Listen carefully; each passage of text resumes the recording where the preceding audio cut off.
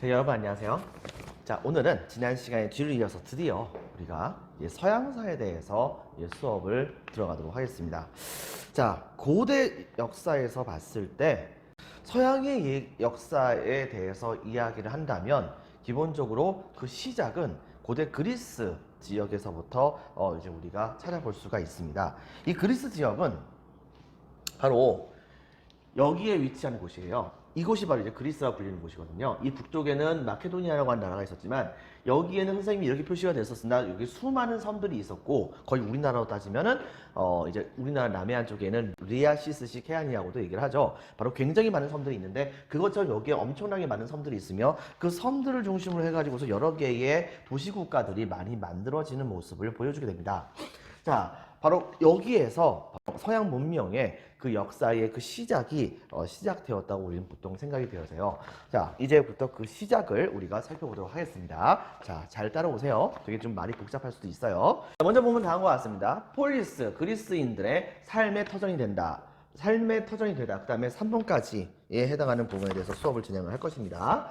자, 먼저 크레타 문명이라고 하는 문명이 이 그리스 지역에선 처음에서 등장하게 됩니다.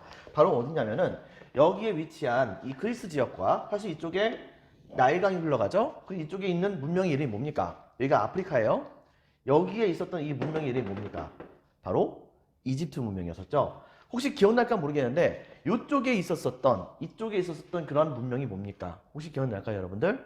바로 메소포타미아 문명입니다. 이쪽에 티그리스, 유프라테스 강이 이런 식으로 흘러가거든요, 여러분들. 자, 그런데 바로 이쪽에 있는 메소포타미아 문명과 그 다음에 이쪽에 있었던 이 이집트 문명의 영향을 당시에 이 작은 섬이었었던 크레타라고 하는 섬이 있었는데 이 섬의 섬 지역에서 이 양쪽을 서로 배를 타고서 교역을 하는 과정 중에서 이제 그 문명을 수용하는 모습을 보여주게 됩니다. 그런데 이제 여기 자체가 그리스하고 아주 가깝다 보니까 자연스럽게 이들 문명은 이집트 문명과 그 다음에 메소포타미아 문명에 바로 영향을 받아가지고서 자기들의 식으로 이것을 조합을 한 다음에 이제 그리스 지역에 있는 많은 이제 사람들에게 바로 전달을 해줬다고 우리가 볼 수가 있겠습니다. 자, 그렇게 해가지고서 이 가장 큰 특징 중에 하나가 바로 이 크레타 문명의 경우에는 해상 활동을 했다는 점. 두 번째, 메소포타미아와 그 다음에 이집트 문명을 조합을 했었다는 점. 그리고 이것을 당연히 조합을 했으니까 이것을 바로 근처에 있었던 그리스 지역에 전달을 했다라고 볼 수 있겠죠. 여기에는 이제 여러 가지 얘기가 있기도 한데 이 크레타 문명 안에서는 이른바 크노소스 궁전이라고 하는 궁전이 발견됐어요. 이 궁전은 옛날에 미노타우루스라고 여러분 혹시 아는지 모르겠는데 그리스 신화에서 나오는 이제 머리에 뿔이 달려 있는 그런 그 사람이긴 사람인데 얼굴은 소고 그다음에 머리에 뿔이 달려 있는 그런 괴물이 있었었죠. 바로 그 괴물이 바깥쪽으로 나오는 것을 막기 위해서 아주 미로와 같은 궁궐을 만들었다고 얘기를 하죠. 그 미궁으로 유명한 것이 바로 이 크노소스 궁전입니다. 바로 이들은 여기에서 이제 해상 활동을 통해 가지고서 문명을 발달해 나가는 모습을 보여주게 됩니다. 그러다가 약간 좀 강력한 힘을 갖고 있었던 이 육지 지역에 미케네 문명이라고 하는 문명이 등장하게 돼요. 이 미케네인들은 당시에 강력했었던 이 크노소스 문명을 공격을 해가지고서 이들을 멸망을 시킵니다. 그리고 그리스 지역 이 근처를 자기네들의 그런 영토로 삼아가지고서 점차 발전을 해나가는 모습을 보여주게 되었죠. 바로 이들은 점차 힘을 키워가지고서 바다다 보니까 바다에서 물 위에서 뭔가를 재배하거나 이렇게 할 수 있는 건 아니잖아요. 이러다 보니까 당연히 이들의 경우에는 이곳과 저곳을 서로 연결해주는 해상무역을 통해 가지고서 점차 힘을 키워나가는 모습을 갖춰나가게 되기도 합니다. 그리고 이들과 관련해 가지고서 이제 굉장히 유명한 그런 사건이 하나 있기도 했었죠. 인류의 기록 중에서 가장 오래된 기록 중에 하나라고 보여지는 호메로스라고 하는 그런 사람이 바로 이 시대에 일어났던 대규모의 전쟁을 바로 모델로 삼아가지고서 이른바 유명한 소설책을 만들죠. 일리아드, 그 다음에 오디세이라고 하는 책을 만듭니다. 그런데 문제는 뭐냐, 이게 처음엔 소설인 줄 알았어요. 그런데 나중에 알고 봤더니 여기 나와 있던 그런 사건들이 사실상 진짜였던 경우가 정말 많았던 겁니다. 자, 그래가지고서 이것은 소설이 아니고 사실상 역사서가 아니겠는가라고 하는 그런 말이 있기도 했었는데 이때 당시에 바로 이 트로이 목마와 관련된 그런 여러 가지 이야기들, 이런 이야기들과 관련된 소재를 바로 이 미케네 문명이 보유하고 있습니다. 하지만은 그 기록 이외에는 사실상 이 시대에 대해서 알려진 것은 거의 없어요. 다만 고고학적으로 따져봤을 때 이 지역 근처에 갑작스럽게 바로 도리아인이라고 하는 또 다른 나중에 그리스인들의 하나의 일파가 되는 세력이 이 지역을 또 한 번 침공하게 됩니다. 그렇게 되면서 이 미케네 문명은 지중해 중심으로 활달했었지만 지중해가 어디냐? 여기는 이 바다 전부 다가 다 지중해라고 보면 돼요. 이게 이제 바다입니다. 바로 지중해고 요거는 이제 흑해라고 하는 그런 자그만 안쪽으로 연결되어 있는 그런 바다이기도 합니다. 바로 이 지중해 중심으로 해가지고서 활동을 했었으나 나중에 도리아인이라고 하는 또 다른 그리스인의 한 파에 의해서 멸망을 당하게 됩니다. 그러면서 전반적으로 이 도리아인들의 공격을 피해 가지고서 산지가 많은 지역으로 그 다음에 또 한 가지 방어하기 쉬운 해안가 지역을 중심으로 해가지고서 이 미케네인들이 좀 더 밀려나가는 모습을 보여줬고, 반대로 육지 지역에 해당되는 부분 같은 경우에는 바로 이 도리아인들이 차지하는 모습을 보여줬어요. 하지만 미케네인, 도리아인 전부 다 상관없이 전부 다 이들은 사실상 그리스인이라고 볼 수 있는 그런 사람들입니다. 그래서 먼저 적겠습니다. 크레타 문명 별표 하나만 칩니다. 기원전 3000년경에 밑줄 칩니다. 해상활동 밑줄. 자, 오른쪽에 메소포타미아 및 빈칸에 적겠습니다. 이집트의 문물을 그리스에 전파하는 모습을 보여줍니다. 그리고 미케네 문명 같은 경우엔 별표 칠 필요는 없습니다. 많이 중요하진 않습니다. 이들이 바로 이제 크레타 문명을 멸망시켰었지만 다음 줄에 밑줄 칩니다. 철기를 갖춘 도리아인에게 멸망 밑줄 쫙 칩니다. 자, 그렇다고 한다면 폴리스라고 하는 그런 단어는 우리가 절대 빼놓을 수가 없거든요. 폴리스는 경찰이 아닙니다. 여러분들, 바로 폴리스는 도시국가를 의미해요. 그럼 과연 이 도시국가였었던 이 폴리스라고 하는 것이 도대체 어떤 것인지 우리가 좀 먼저 알아볼 필요가 있습니다. 기본적으로 봤을 때 메소포타미아 지역이라든가 중국 문명이나 이런 문명들의 상당수는 처음에 도시국가가 만들어진 다음에 그 다음에 이들끼리 서로 정복 전쟁을 벌이다가 나중에 그들이 같이 하나로 통합되는 모습을 보여주잖아요. 그래가지고서 나중에 커다란 제국을 만들죠. 그런데 그리스 지역은 얘기가 좀 다릅니다. 첫 번째, 이 그리스 지역의 경우에는 굉장히 독특하게도 이제 작은 언덕들이 되게 많이 있는 편이에요. 언덕들이 되게 많이 있다 보니까 방어를 하기가 좋을까요? 나쁠까요? 당연히 적이 쳐들어왔을 때 언덕에다가 성벽을 쌓는다고 한다면 성벽을 쉽게 적들이 기어 오를 수는 없겠죠. 때문에 이때 당시에 방어하기에 굉장히 좋다고 볼 수가 있겠습니다. 근데 문제는 뭐냐면 그런 형태로 여러 개의 굉장히 많은 언덕들이 있는 거예요. 자, 그러다 보니까 도시국가들이 각 지역에서 한번 자리를 잡으면 각각 강력한 방어력을 갖고 있는 하나의 국가를 만들게 되는 겁니다. 근데 문제는 그 주변에 있는 여러 개의 국가들은 말이죠. 바로 그렇게 강력한 방어력을 갖고 있는 도시국가들을 공격해가지고서 멸망시킬 만큼의 힘을 갖고 있는 국가가 사실상 거의 없었다고 보면 돼요. 이 도시국가들 안에서. 그러다 보니까는 희한하게도 다른 지역과 좀 다르게 이때 당시에 바로 이 그리스 지역에서의 도시국가들은 도시국가인 채로 성장을 하게 된 겁니다. 점차. 그래가지고 좀 예외적인 경우는 있어요. 예를 들면은 아테네가 같은 경우에는 뭐 인구수가 나중에 한 20만 명 뭐 이렇게까지 늘어나기도 하는 모습을 보여주기도 하는데, 실질적으로 대부분의 폴리스들의 경우에는 기껏 해봤자 한 폴리스당 거기에 살고 있는 사람들의 숫자가 한 5천 명 정도, 그 정도밖에 안 됩니다. 이건 도시라고 얘기하기도 좀 어렵죠. 근데 어쨌든 간에 이런 것이 있다는 것을 여러분 같이 기억해 주기 바라고, 자, 이렇게 되다 보니까 이때 당시에 이 폴리스 지역 자체가 하나로 통합되기가 되게 어려웠던 것입니다. 근데 그때에 바로 많은 사람들이 본격적으로 철기를 사용하기 시작을 하게 되면서 바로 정복전쟁보다는 이제 철제 농기구를 사용을 해가지고서 땅을 깊이 갈고, 그러다 보니까 깊은 땅 속에 숨어 있었던 흙의 거름기들을 바깥쪽으로 끄집어내고 땅을 굉장히 부드럽게 만들어가지고서 식물들이 뿌리를 잘 내리게 만들 수 있게 만들므로써 농업 생산력이 늘어나게 됩니다. 당연히 농업 생산력이 늘어나게 된다고 한다면 그걸 가지고서 먹고 사는 사람들의 숫자도 증가할 수밖에 없겠죠. 그러다 보니까 이때 당시에 한 지역에 사람들이 정착을 해서 폴리스를 딱 만들면 조금밖에 없는 그런 사람들만 가지고서는 하나의 폴리스를 만들 수는 없잖아요. 그래서 몇 개의 마을들이 모여서 그래서 이들이 바로 하나의 폴리스를 구성을 하는데요. 문제는 뭐냐면 하나의 폴리스의 인구가 너무 많이 증가하게 된다고 한다면 자기네들이 차지했었던 땅 주변으로 옮겨가야 되는데 이게 쉽게 옮겨가는 게 좀 어렵단 말입니다. 자, 그렇기 때문에 이들에게는 보통 어떤 식으로 이제 삶의 주거지를 좀 더 확장을 하느냐, 바로 옆에 있었던 다른 언덕이 있고 그 다음에 폴리스가 들어올 수 있을 만한 그런 공간으로 사람들이 단체로 이주를 해요. 단체로 이주하고 거기서 독자적인 또 다른 형태의 폴리스를 만드는 겁니다. 즉 예를 들면 아테네라고 하는 그런 도시국가가 다른 곳에다가 도시국가를 만든다고 한다면 바로 아테네 사람들은 바로 새로운 도시국가를 만들어 어떤 지역에다 만드는 거예요. 만들긴 했는데 문제는 아테네인들은 자기들과 같이 살았던 사람 중에 일부가 그쪽으로 떨어져 나가가지고서 식민도시를 만들었으니까 그러니까 동질감은 있긴 있겠죠. 하지만 정치적으로 이 둘은 완전히 분할되어 있는 존재라고 보면 됩니다. 분리되어 있는 존재예요. 자, 그렇기 때문에 이때 당시에 이 폴리스의 경우에는 여러 개의 식민 도시를 만들긴 했지만 이 식민 도시는 식민지하고 똑같이 생각을 하면 안 됩니다. 바로 그냥 동등한 똑같은 하나의 독립체로서 하나의 독립적인 개체로서 인정해 나가는 모습을 보여주게 됐던 거예요. 즉 인구수가 증가하면 증가할수록 주변에 여러 개의 도시국가들이 우후죽순으로 굉장히 많이 만들어지게 되었다라고 여러분들이 생각을 하면 됩니다. 자, 그리고 이들의 성격은 그 구조는 다음과 같아요.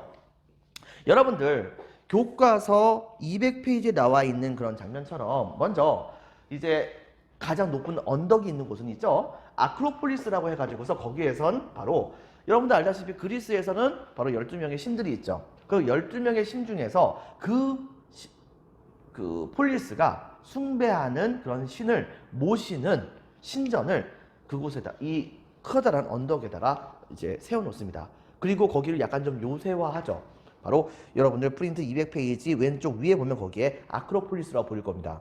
그리고 만약에 적이 쳐들어왔다라고 한다면 모든 곳이 전부 다 점령당한다? 그렇다고 한다면 이 사람들은 최후의 항전을 위해서 이 아크로폴리스로 전부 다 몰려가서 거기에서 이제 그 지키는 모습을 보여줘요. 여러분 한번 생각해 보세요.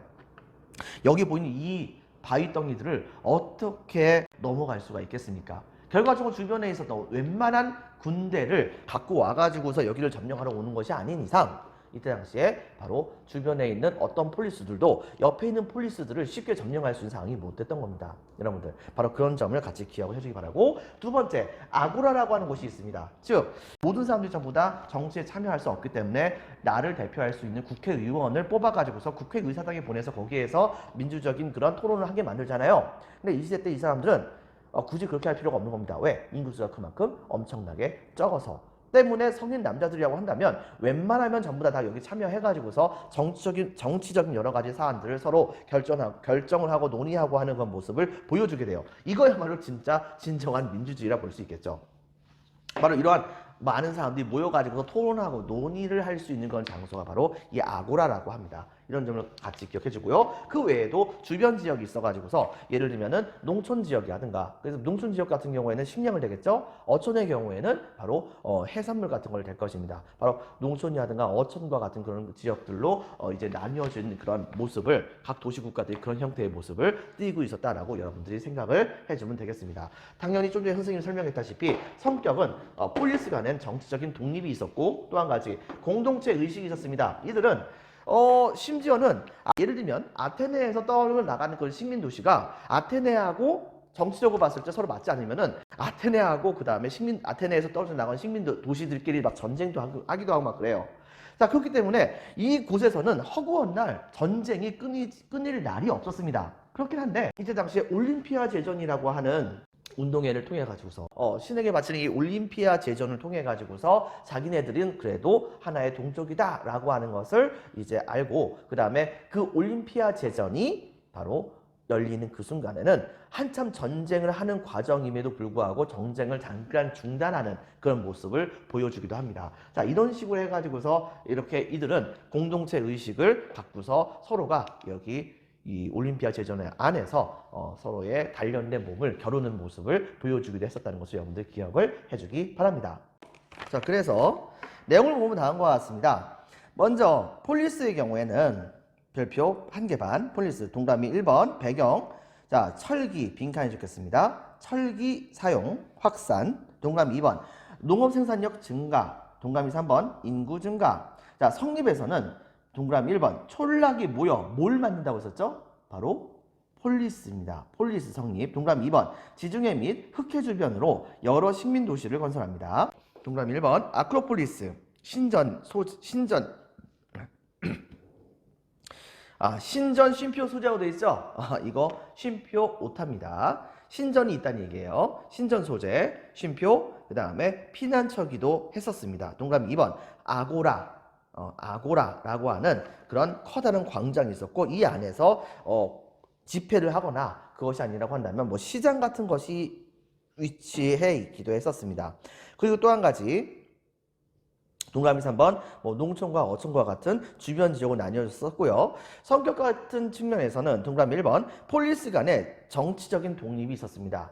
식민도시와 모도시라고 하더라도 바로 그 둘 사이는 독립된 정치체로서 존재했었다라고 하는 것을 여러분 기억해 주고요. 그럼에도 불구하고 그들은 매년 4년마다 한 번씩 바로 이제 공동체 의식을 가지고서 빈칸에 적혔습니다. 올림피아 제전, 이른바 올림픽이죠. 바로 이 올림픽이 지금 현재도 그 정신을 이어서 계속해서 진행이 되고 있는 것입니다. 자, 그 다음에 드디어 아테네 민주정에 대해서, 이 아테네 민주정은 너무 중요합니다. 시험 문제 거의 안 나올 수가 없겠죠. 별표 2개 반 쳐줍니다. 아테네 민주정.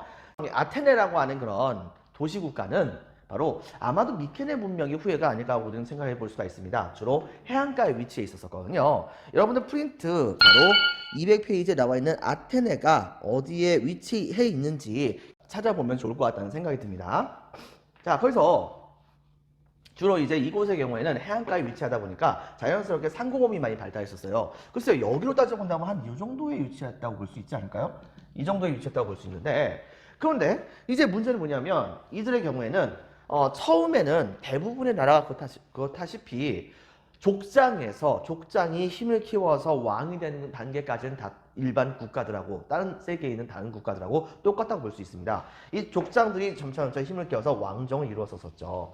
자, 그런데 이제 문제가 뭐가 생기게 되냐면 그 당시에 이 폴리스 같은 경우에는 왕을 그다지 중요시 여겼었던 세계는 아니었던 것 같습니다. 그리고 얼마 후에 왕정 자체도 무너지고 나중에는 좀 더 부자라 볼 수 있었던 귀족들끼리 같이 모여가지고서 국가의 대소사를 서로 자기네들끼리 협의를 해 나가는 모습을 보여줬다 볼 수 있겠죠. 귀족정을 실시하게 됐던 것입니다.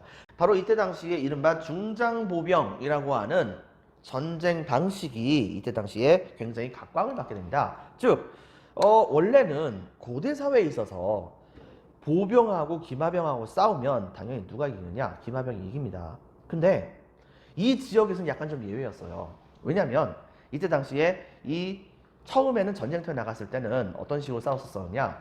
어떤 한 귀족 장수가 바로 그 지역에 있었던 바로 또 다른 일반 평민 출신에 해당되는 사람들을 군사로 끌고 가가지고서 전쟁하러 나가면 상대편도 똑같이 나가죠. 나가면 이때 당시에 이 군대들끼리 서로 싸운 것이 아니고 바로 귀족들이 자기네들의 군세가 이렇다는 걸 딱 보여준 다음에 귀족만 1대1로 막 싸우고 하는 경우가 되게 많았었습니다. 근데 그게 아니라고 한다면 이제 드물게 바로 전군이 서로 싸움을 벌이는 상황이 벌어졌는데 시간이 흘러가면서 전군이 진짜 싸움을 벌이는 상황이 벌어지게 된 거예요. 근데 귀족의 경우에는 바로 부자니까 보통 말을 많이 사지만 일반적인 사람들의 경우에는 말을 살 수가 없습니다.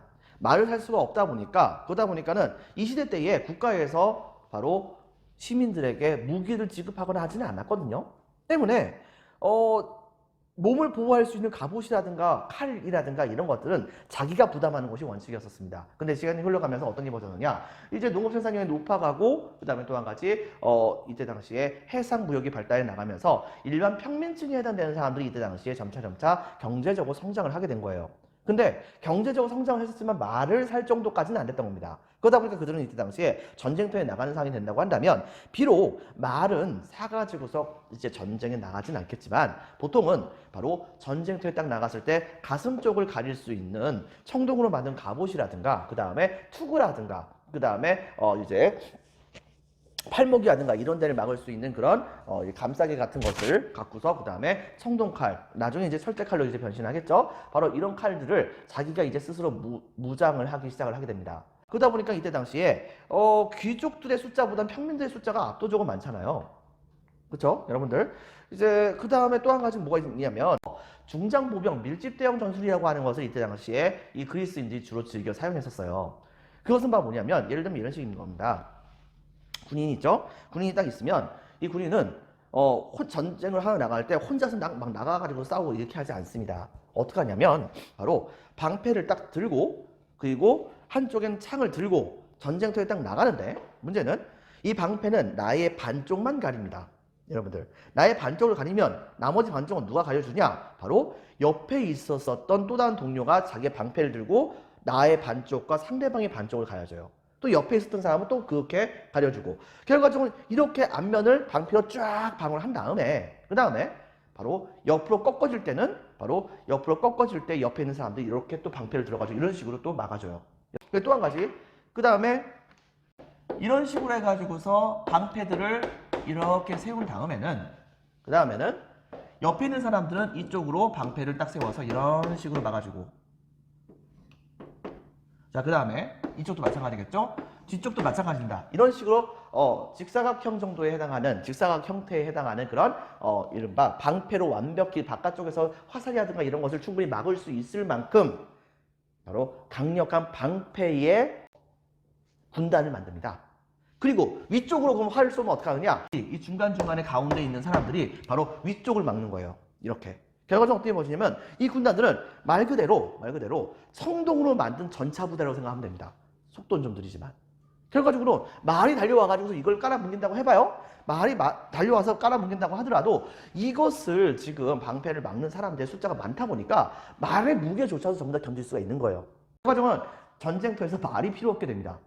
말이 필요 없게 되니까 나중에는 전쟁터에 나갔을 때 귀족들이 전쟁터에 나갈 때는 말 타고 나가는데 실제 싸울 때는 말에서 내려가지고서 여기에 들어가가지고 여기에 일원으로서 싸웁니다. 여러분들, 이런 식의 모습을 보여주는 거예요. 자, 이 중장보병 밀집대형 전술이라고 하는 것이 보급되게 되면서 중장보병으로 참여하는 이 누구야? 평민들의 그런 전쟁에서의 효용성이 높아지게 되니까 자연스럽게 평민들의 바로 발언권이 올라갈 수밖에 없었던 겁니다. 자, 이렇게 되다 보니까 시간이 흘러갈수록 정치를 처음에는 귀족들만 했었는데 나중에는 바로 평민들도 우리들에게 전쟁터에서 목숨 걸고 싸우고, 그 다음에 귀족들하고 그다지 활약이 많이 차이가 없는데도 불구하고 어째서 귀족에게만 발언권을 주고 우리들에게 발언권을 안 주는가 이렇게 따져가지고서 결과적으로는 일종의 중재자였었던 솔론이라고 하는 한 현자가 등장해서 어떻게 했느냐? 솔직히 그럼에도 불구하고 돈을 많이 갖고 있는 사람들이 국가를 위해서 일을 많이 하는 것은 사실이기 때문에, 그러니까 돈 많으니까 세금도 많이 낸다는 얘기죠. 그렇기 때문에 바로 돈을 갖고 있는 것을 기준으로 해가지고서 그 사람들에게 정치에 참여할 수 있는 권리를 나눠주자라고 하는 얘기를 했던 거예요. 예를 들면 귀족들의 경우에는 투표할 수 있는 권리를 한 3표 주면 그 다음에 그 귀족보다 조금 밑에 있는 사람의 경우에는 2표 주고, 그 다음에 일반적인 평민의 경우에는 1표 주고, 너무 이제 전쟁터에 나와가지고서 싸울 것이 없는 아무것도 없는 그런 사람들의 경우에는 이제 투표권 주지 않고, 이런 식의 바로 제한적이나마 이때 당시에 평민들이 정치에 참여할 수 있는 권리를 보장하자는 주장을 하게 됩니다. 하지만 이 솔론은 귀족들의 입장에서는 자신들의 권력을 뺏겼으니까 솔론은 좋아할 리가 없죠. 근데 평민들의 입장에서도 이 솔론은 그냥 근본적인 문제를 해결하려고 하는 게 아니고 그냥 중재만 하려고 했던 것이기 때문에 솔론의 그런 개혁 정책을 처음에는 활용했지만 나중에는 전부 다 거부하게 됩니다. 그런 과정 중에서 이때 당시에 아테네 안에 있었던 그런 많은 평민들의 지지를 잔뜩 받고 있었던 어떤 한 인기쟁이가 바로 이 아테네 백성들의 적극적인 지지를 받아가지고서 쿠데타를 일으키고 바로 이 아테네 민주정에 있었던 모든 귀족들을 싹 다 내쫓는 그런 사태가 벌어지게 됩니다. 이것이 바로 이제 참주정이라고 하는 거예요. 이 사람의 이른바 누구냐면 페이시스트라투스, 교과서에는 나오지 않지만 이 페이시스트라투스라고 하는 사람이 이른바 참주정에서 이 참주가 돼가지고, 참주 이퀄 독재자라고 생각하면 됩니다. 그래가지고서 자기 마음대로 국가를 통치하는 모습을 보여주게 됩니다. 하지만은 이 페이시스트라투스는 인기가 좋았어요. 글쎄요, 굳이 얘기한다고 한다면 바로 우리나라 현대시대 때 박정희와 비슷한 그런 성격이었다 볼 수 있겠습니다. 하지만 이 사람의 아들은 자기 아버지의 능력을 따라가지 못했죠. 그러다 보니까 바로 여기에 환멸을 느꼈었던 그런 이 일반 백성들은 페이시스트라투스의 아들에게서부터 등을 돌리게 됐고, 그 다음에 여기에 바로 몰락했었던 귀족들, 지지를 받고 있었던 그런 사람들이 같이 힘을 합쳐가지고서 페이시스트라투스의 아들을 내쫓아버립니다. 그렇게 하고서 다시 한번 민주정을 복구를 시켜요. 이 복구를 시켜갔던 사람이 바로 누구냐면 클레이스테네스라고 하는 그런 사람입니다. 클레이스테네스. 이 사람은 바로 뭘 했었냐면 이른바 도편추방법이라고 하는 것을 만들어줘요. 즉 예전에 페이시스트라투스와 같은 참주와 같은 그런 사람이 한 명 등장한 것으로 좋겠다. 그러니까 다음부터는 이렇게 하자. 즉 한 국가에서 가장 인기 있는 사람을 투표를 하자. 그리고 가장 인기 있는 사람을 투표한 다음에 바로 이 투표한 사람은 국가가 그 사람의 재산을 보장해주는 대신에 10년 동안 바로 이 아테네에서 추방을 해버리자라고 하는 주장을 하게 됩니다. 왜? 바로 페이시스트라투스가 자신의 인기를 동원해가지고서 쿠데타를 일으켜가지고서 권력을 잡았었으니까 바로 그러한 독재자가 등장하는 것을 막기 위해서 그렇게 했던 것이죠. 자, 그렇게 해가지고서 드디어 이때 당시에 어느 정도 민주정이라고 하는 것이 정착을 하게 됩니다. 그리고 일반 평민들에게도 본격적으로 투표권을 주기 시작을 했었죠. 자, 그런데 그 과정 중에서 갑자기 페르시아 전쟁이 일어납니다. 이 페르시아 전쟁이 일어나는 과정 중에서 가장 하급에 해당되는 일반 평민들도 원래 정치에 참여할 수는 있었어요. 근데 문제는 뭐냐면 당장 먹고 사는 것이 급해 죽겠는데 투표하러, 그다음에 정치를 논하러 이제 정치를 하는 곳으로 가가지고서 자신들의 말을 할 수 있는 상황이 안 됐던 겁니다. 그래서 실제로 정치에 참여하지 못한 경우가 진짜 많았거든요. 때문에 여기 지금 나오지 않지만 페리클레스라고 하는 건 사람은 아예 어떻게 했었냐면 바로 기본적으로 이 가장 하위 등급에 해당되는 그런 사람들에게는 가장 하위 등급에 해당되는 그런 사람들, 특히 이 사람들의 경우에는 그리스, 이 아테네가 페르시아하고 싸울 때 배를 타고서 싸웠었는데 그때 자기네들은 들고 있는 무기가 없었기 때문에 기껏 할 수 있는 것은 배에 노를 젓는 것밖에 할 수 없었습니다. 근데 그 사람들이 배를 열심히 노를 저어가지고서 전쟁에서 승리했거든요. 그 사람들에 대한 바로 보상을 좀 해줘야 될 거 아니에요. 그러니까 먹는 문제, 생계 문제 때문에 정치에 참여하지 못하는 건 상황을 완전히 해결하기 위해서 정치에 참여할 때마다 일종의 수당을 주는 그런 제도를 실시를 하게 됩니다. 자, 그리고 그때 당시에 뭘 하게 됐었냐면 공직조차도 누구 한 명이 완전히 한 공직을 차지하게 된다고 한다면 그걸 계속해서 가지려고 하고 거기서 나오는 이권 같은 걸 차지하려고 하는 문제가 일어날 수 있잖아요. 때문에 어떤 식이냐면 예를 들면 건설부 장관이 있다라고 한다면 건설부 장관은 바로 건설부를 구성하는 그런 위원회를 하나 만듭니다. 위원회를 만든 다음에 거기서 A라는 사람이 올해 바로 장관이 됐으면 다음에는 추천을 통해 가서 그 중에서 한 명이 돌아가면서 또 이제 장관을 하게 되는 겁니다. 추천을 통해서요. 그러니까 공직도 전부 다 추첨으로 이루어지는 그런 모습이 보여줬다고 우리가 볼 수 있겠죠. 어떻게 본다고 한다면 지금 우리가 알고 있는 그런 민주제보다도 엄청나게 바로 극단적으로 굉장히 철저하게 민주주의 제도를 실시했다고 볼 수가 있는 것입니다. 그리고 주로 민회, 즉 정치에 대해서 논의하는 민회에 모든 그런 성인 남자들은 다 참여해가지고서 정치를 논할 수 있도록 하는 시스템을 구축하게 되면서 이른바 아테네의 민주정은 완성되었다라고 얘기를 할 수 있죠. 하지만 문제가 있습니다. 이 아테네 민주정에 한계가 있어요.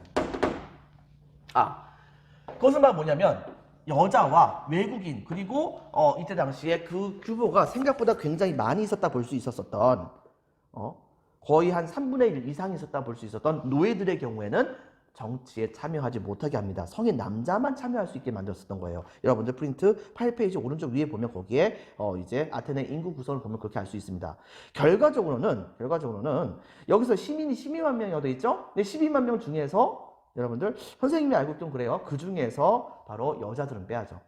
때문에 실질적으로는 아테네의 민주정을 이끌어 나갔던 사람들은 생각보다 그렇게 많은 사람들을 구성했던 것은 아니었습니다. 여러분들 이런 점을 같이 기억을 해주기 바랍니다. 바로 여성과 외국인과 노예에게는 참정권을 주지 않았다는 점 기억해 주시고요. 별표 치겠습니다. 먼저 첫 번째, 위치의 경우에는 해안에 위치했고 상공업이 발달했었는데 상공업 발달에다 밑줄 쳐주고요.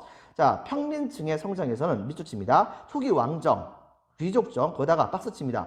빈칸에 들어갈 말은 무슨 층이죠? 평민이 중장보병으로 전쟁에 참여하여 기여를 하게 됩니다. 그렇게 되자 바로 평민의 지위를 어느 정도 챙겨주기 위해서 빈칸에 적겠습니다. 재산에 따른 정치가 실시가 됩니다. 금권정, 이른바 돈에 따라서 그 사람이 갖고 있는 돈에 따라서 정치가 이루어지다 보니까 금권정이라고 불리게 되는데요. 이 솔론이라는 사람이 그걸 했고, 그 다음에 평민들의 지지에 따른 독재자에 의해서 박스 치겠습니다. 참주정, 페이시스트라투스라고 하는 사람이 있어요. 이 사람이 이때 당시에 평민들의 지지에 따라서 일종의 여론몰이를 통해 가지고서 바로 이 사람이 독재자가 됩니다. 참주정을 이뤘었어요. 하지만 이 독재의 문제를 알았기 때문에 그 사람의 아들 때 가서는 그 사람의 아들을 독재자의 자리에서 내쫓아버리고 바로 클레이스테네스라고 하는 사람이 중심이 돼가지고서 이른바 도편 추방법, 도자기 깨진 것을 가지고서 거기다가 이름을 쓰게 합니다. 일종의 인기투표긴 한데 인기투표에서 뽑히면 그 사람은 10년 동안 추방인 거예요. 여러분들 바로 이런 것을 같이 기억을 해주기 바랍니다. 자, 그리고 페르시아 전쟁 빈칸을 찍겠습니다. 페르시아 전쟁 이후에 아테네 동그라미 치고 아테네가 번영하면서 빈칸을 찍겠습니다. 공직 추첨 및 민회 중심의 통치에 따른 민주정이 실시가 되게 됩니다. 하지만 별표 하나, 아테네 민주정치의 한계에서는 빈칸을 찍겠습니다. 여성 그리고 외국인 그 다음에 또 누가 빠지죠? 바로 노예. 자, 노예의 정치 참여는 불가능했다라고 하는 점을 기억해 주세요. 그럼 여기서 이제 중간에 나오는 이 페르시아 전쟁이 도대체 무엇인가? 아테네도 생각보다 보면은 그리스의 폴리스들 중에서 이 아테네는 가장 인구수가 많은 폴리스 중에 하나였었습니다. 자, 그러다 보니까 이때 당시에 아테네는 어떻게 했냐면 여러 개의 식민 도시를 가는 지역에다 많이 파견하기로 했었거든요. 근데 그 식민 도시들 중에서 일부가 이쪽에 이게 뿔로 튀어나온 쪽 중에서 이쪽 근처에 이오니아 지방이라고 하는 곳에다가 바로 이제 폴리스들을 많이 식민 도시들을 많이 세우게 됐었어요. 근데 얼마 후에 지난 시간에 여러분 배웠다시피 아케메네스 왕조 페르시아가 이 지역을 점령을 합니다. 점령을 하고 이때 당시에 아테네가 식민 도시를 보냈었던 식민 도시들이 이 페르시아에게 머리를 숙이긴 했어요. 근데 얼마 후에 아테네가 부추겨 가지고서 이때 당시 아테네의 지원으로 이때 당시에 이 이오니아 지역에 있었던 그리스의 식민 도시들이 페르시아에게 반란을 일으키는 사건이 벌어지게 됩니다. 사실 그리스의 국력을 따져본다고 한다면 페르시아의 비교가 안 될 정도였었죠. 굳이 따져본다고 한다면, 지금으로 따져본다고 한다면은 미국하고 뭐 아프가니스탄 뭐 이런 나라들 이렇게 생각하면 될 거예요. 그런데 이때 당시에 바로 이 페르시아가 딱 보니까 반란을 일으켰으니까 열받아가지고서 순식간에 군대를 끌고 와서 여기를 다 점령을 해버렸어요. 점령을 했는데 점령을 하는 과정 중에서 이 이오니아 지역에 있었던 바로 그리스인들의 배후에 아테네가 있다는 것을 알게 된 거예요. 그래가지고서 이 아테네까지 확실히 제압을 하고자 대규모의 군대를 통해 가지고서 그리스 지역을 이때 당시에 침공을 하게 됩니다. 첫 번째, 이 군대는 1차로 침공했을 때는 이 그리스 북부 지역에 있었던 마케도니아라고 하는 그런 왕국이 있었었는데 거기까지 완전히 점령을 해버리고 남쪽으로 계속해서 내려와요. 2차 침공에서는 한참 내려오는데 그리스 각각 지역에 여러 개의 폴리스들이 있으니까 이걸 하나하나 점령을 해야 될 거 아니에요. 그래가지고 남쪽으로 내려오고 있는데 그때 당시에 바로 강력했었던 스파르타의 왕이 두 명이었는데 그 중에서 한 왕이 자기를 따르는 최정예 300명의 군대를 데리고 가가지고서 10만 명이 넘었었던 페르시아의 군대를 아주 좁은 골목에서 완벽하게 막아내는 모습을 보여주게 됩니다. 그것 때문에 페르시아가 굉장히 당황을 했었죠. 자, 당황을 했었지만은 나중에 이 뒷골무늬로 바로 다른 곳으로 갈 수 있는 새들이 있다는 것을 알게 돼가지고서 결과적으로는 이 스파르타의 왕이 지키고 있었던 그 골목을 피해서 다른 쪽을 우회해서 들어간 다음에 양쪽에서 스파르타의 군대를 같이 협공을 하는 바람에 결과적으로 스파르타의 군대는 완전히 전멸을 당하는 그런 사태가 벌어지게 됩니다. 자, 이렇게 되고 결과적으로는 이 그리스 전역에 엄청난 위기가 오게 됐었어요. 그리고 다시 한 번 더 이 페르시아는 침공을 해가지고서 세 번째 3차 침공입니다. 그래가지고서 이제 이들은 이때 당시에 그 침공을 해가지고서 여러 곳을 공격하러 다녔었는데 나중에 이 아테네와 스파르타가 중심이 돼가지고 특히 이제 아테네가 중심이 돼가지고서 그리스 연합군이 구성돼요. 그리스 연합군이 구성된 다음에 그들은 이른바 마라톤 평원에서 약간 좀 말이 안 되긴 하지만 압도적인 수를 자랑했었던 이 페르시아 군대와 엄청나게 전투를 벌이게 됩니다. 근데 이 전투에서 이 팔랑크스 전투법이 엄청나게 이제 주요하게 되었고 최종적으로 어떤 일이 벌어졌느냐, 바로 그리스가 페르시아를 물리치게 됩니다. 자, 그런데 이번에는 다시 한 번 더 안 되겠다 싶었었던 이때 당시에 페르시아는 다시 한 번 더 그리스를 침공하러 옵니다. 특히 이 그리스의 맨주국으로 서서히 떠오르고 있었던 이 아테네를 확실히 밟아보려고 했었죠. 대규모의 군대가 근처까지 오게 되자 당시 아테네는 이것을 쉽게 막을 수 있는 상황이 못 됐던 겁니다. 이렇게까지 오게 되니까 결과적으로 어떻게 벌어졌느냐, 아테네는 신탁을 받았었어요. 신에게 물어봤죠. 그리고 이때 당시에 이 페르시아의 대군이 쳐들어오는데 어떻게 이것을 막아낼 수 있단 말인가 라고 했는데 갑자기 신탁에서 뭐라고 얘기했냐면, 나무로 만든 성벽으로 적을 막아라, 그러면 승리할 수 있을 것이다 라고 얘기를 한 거예요. 근데 문제는 뭐냐? 아테네가 생각보다 되게 큰데 페르시아의 군대가 엄청나게 쳐들어오는데 나무로 성벽을 만들면 그 나무에다 불 지르면 끝이잖아요. 그래가지고서 어떻게 할까 고민하던 이때 당시에 이 아테네 사람들, 그러다가 바로 아무래도 이것은 신께서 성을 진짜 말하는 것이 아니고 나무로 만들었지만은 그 안에서 싸울 수 있는 전투 무기, 바로 배를 이용해 가지고 싸우는 것이 낫지 않겠는가라는 생각해서 초유의 작전을 펼칩니다. 즉 아테네를 통째로 비워버려요. 그리고 근처에 있는 다른 섬으로 옮겨간 다음에 살라미스라고 하는 그런 바다에서 이때 당시에 페르시아의 해군과 대적을 벌이려고 하는 그런 모습을 보여주게 됩니다. 그 결과 이때 당시에 페르시아의 대군은 아테네를 홀라당 불태워버리고 그 다음에 더 내려와가지고서 이 살라미스 근처에서 기다리고 있었던 아테네 중심의 바로 해군과 대판 붙었는데 이 싸움에서 완벽하게 아테네가 승리하게 됩니다. 그러면서 페르시아는 더 이상 그리스를 침공하는 것을 이제 중단을 하게 됐었죠. 바로 이것에 의해 가지고서 많은 그런 그리스의 도시 국가들은 이 전투를 주도했던 게 바로 아테네였거든요. 그러다 보니까 아테네가 있으면 페르시아의 공격은 막아낼 수 있는 거예요. 그러다 보니까 굉장히 많은 그리스 국가들이 이 아테네를 맹주로 삼아가지고서 이른바 델로스 동맹이라고 하는 동맹을 맺게 됩니다. 근데 이때 당시 아테네는 이 동맹 국가들에게 이 델로스 동맹을 지키기 위해서 각각 도시별로 배 몇 척씩을 내놔라. 근데 그 배를 내놓을 수 없는 그런 도시국가가 또 있을 거 아니에요. 근데 그런 도시국가들의 경우에는 차라리 그냥 돈을 내놔라. 그리고 배 안 낼 거면 돈이라도 내놔라. 그럼 대신에 아테네 사람들이 그 군대를 가질게. 뭐 이런 식으로 얘기한 거예요. 그래가지고서 이때 당시 도시국가들의 상당수가 바로 군대 대신에 돈을 내는 경우가 많았습니다. 그리고 바로 그 아테네는 그 돈을 가지고서 최하급 계층에 해당됐었던 그 수령들조차도 정치에 참여하면은 월급을 줄 수 있는 그런 자금을 마련했다 볼 수 있는 것이겠죠. 이런 측면 여러분들이 기억을 해주기 바랍니다. 결과적으로 그래가지고서 3차에 걸친 페르시아 침공이 있었지만 아테네 중심의 그리스가 승리했으니 첫 번째 마라톤 전투 살라미스 해전에서 승리했습니다. 그리고 결과적으로는 아테네가 바로 델로스 동맹의 맹주로서 번영하는 모습을 보여주게 됩니다. 자, 그 다음에 이번엔 스파르타에 대해서 이야기를 해볼게요. 그 전에 페르시아에 대해서 별표 하나 치겠습니다. 별표 하나, 페르시아 전쟁. 다음 줄에 세 차례 걸친 페르시아의 공격, 여기에서 빈칸을 적겠습니다. 아테네 주도의 그리스가 승리하게 됩니다. 빈칸을 적겠습니다. 무슨 전투라고 했었죠? 육지에서는 마라톤 전투, 바다에서는 살라미스 해전이었습니다. 각 폴리스들의 지지로 바로 이 아테네가 바로 페르시아 공격에 대비하는 델로스 동맹을 구축을 하게 됩니다. 그래서 아테네가 맹주로 등극하면서 번영하게 되었다라고 하는 것을 우리가 찾아볼 수가 있겠습니다. 이번엔 스파르타입니다. 스파르타의 경우에는 상대적으로 이 한가운데 있었다고 보면 돼요. 이쪽에 있었던 그런 나라인데 당연히 바다를 거의 접하지 않다 보니까 육지에서 있었었고, 이들의 가장 큰 특징 중에 하나는 이들 자체가 바로 도리아인이었어요. 바로 미키네인들의 상당수를 이때 당시에 바로 노예로 삼았던 사람들입니다. 근데 그 숫자가 압도적으로 훨씬 더 적었어요. 자, 이러다 보니까 이들의 경우에는 자기네 민족의 숫자보다도 훨씬 더 많은 이 미키네인들의 반란을 막기 위해서는 철저하게 어렸을 때부터 군사적으로 엄청나게 훈련을 받았어야 됐었습니다. 예를 들면 이런 식입니다.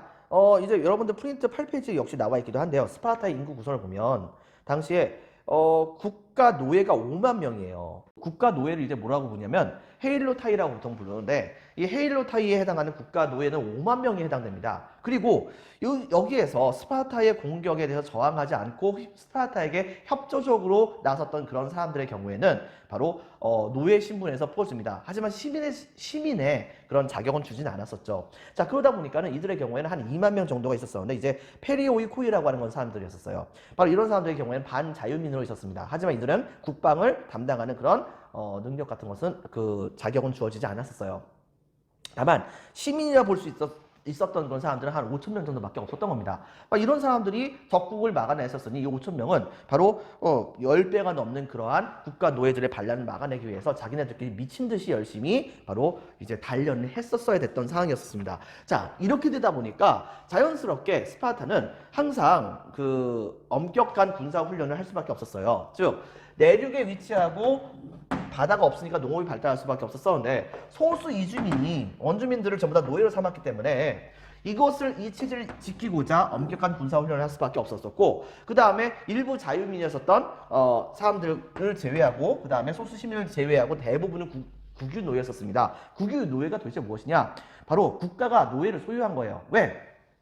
일반 시민들이 노예를 소유하면 시민들별로 노예들에게 대해주는 게 다를 수도 있잖아요. 거기다 플러스 노예를 일반 시민이 부리게 된다고 한다면 당연히 일반 시민들이 자기가 하기 귀찮은 것은 노예에게 다 시키겠죠. 근데 그렇게 하다 보면은 바로 스파르타인들은 점차 귀찮은 것을 안 하게 되면서 살만 피둥피둥 찌게 될 거 아닙니까? 살만 피둥피둥 찌게 된다고 한다면 전쟁터에서 제대로 싸울 수가 있을까요? 때문에 국가는 어떻게 썼느냐? 일부러 피지배계층이라 볼 수 있었던 국가 노예들을 바로 국가가 소유를 합니다. 소유하고 그들에게 막대한 양에 해당하는 세금을 걷어요. 세금을 걷고 그 다음에 이때 당시에 거기에서 나온 그런 모든 돈들을 바로 일반 스파르타인들에게 돈을 줬던 겁니다. 근데 이게 문제가 뭐가 있었냐면 이걸 또 많이 주면 그러면은 또 살찌고 그 다음에 제대로 운동도 안 하고 뭐 이런 거가 있을 수도 있잖아요. 때문에 이 사람들이 스파르타의 일반 시민들은 간신히 먹고 살 수 있을 정도에 해당되는 그런 돈들만 줍니다. 굶어 죽지는 않게.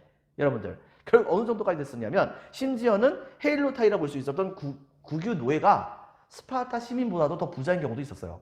실제로. 자, 이런 경우가 있을 정도로 굉장히 스파르타인들은 정신무장을 열심히 하려고 그렇게 많이 노력을 하게 됩니다. 그리고 그것의 결과 바로 이제 강력한 군사력을 유지할 수 있었었죠. 그래서 일단 적겠습니다. 스파르타 위치 동그라미. 자, 특징에서는 소수 이주민 무슨 인이었다고 했었죠? 바로 도리아인이었습니다. 도리아인이 원주민을 정복하여 노예로 삼고 동그라미 2번 엄격한 군사 교육을 실시합니다. 동그라미 3번 소수의 시민과 일부 반자유민이 있었어요. 동그라미 4번 대부분은 국유 노예였었습니다. 자, 그 과정 중에서 국유 노예 자, 동그라미 6번 펠로폰네소스 전쟁이 벌어지게 됩니다. 즉 이른바 이때 당시에 델로스 동맹 중심으로 아테네가 너무 확장을 많이 하는 거예요. 근데 이때 당시에 기존에 있었던 그런 동맹 중에 하나는 이 반도 자체가 펠로폰네소스 반도였거든요. 이 펠로폰네소스 반도에 있었던 도시 국가들은 스파르타를 중심으로 해서 뭉치고 있었던 상황이었는데 그런데 어떻게 하다 보니까 이 그리스 전체에서 펠로폰네소스 동맹에 가담한 그런 국가들과 그 다음에 델로스 동맹에 가담한 국가들끼리 서로 경쟁 관계가 붙게 된 겁니다. 그 양쪽을 대표하는 스파르타와 아테네의 대결은 필연적인 것이었었죠. 결과적으로 어떻게 벌어졌느냐? 상대적으로 잘 나가고 있는 델로스 동맹에 불만을 갖고 있었던 스파르타는 밑줄 칩니다.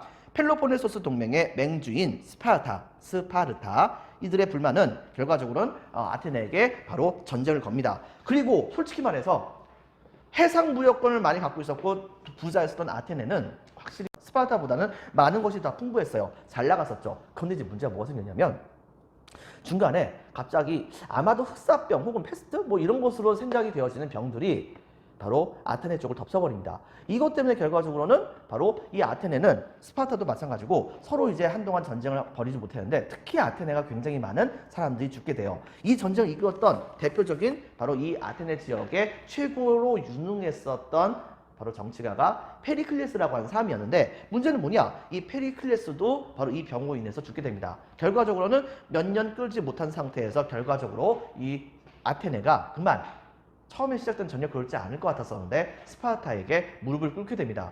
하지만 스파르타는 아테네를 멸망시키진 않았어요. 그러나 스파르타식의 바로 도시국가들을 대하는 그런 장면 자체가 너무나도 다른 도시국가들에겐 압박으로 많이 다가온 겁니다. 모든 것을 스파르타 방식의 국가 체제로 바꾸려고 노력을 많이 했던 것이죠. 이런 모습이 보여지게 되니까 이것 때문에 열받았었던 다른 도시국가들이 각 지역에서 스파르타에 반발해서 이제 전쟁을 벌이는 상황이 벌어지게 되면서 그리스 세계는 여러 개의 도시국가들이 서로가 바로 서로를 미워하면서 전쟁을 벌이는 이른바 대분열의 시대로 넘어가게 됩니다. 이런 측면을 여러분들이 같이 기억을 해주기 바랍니다.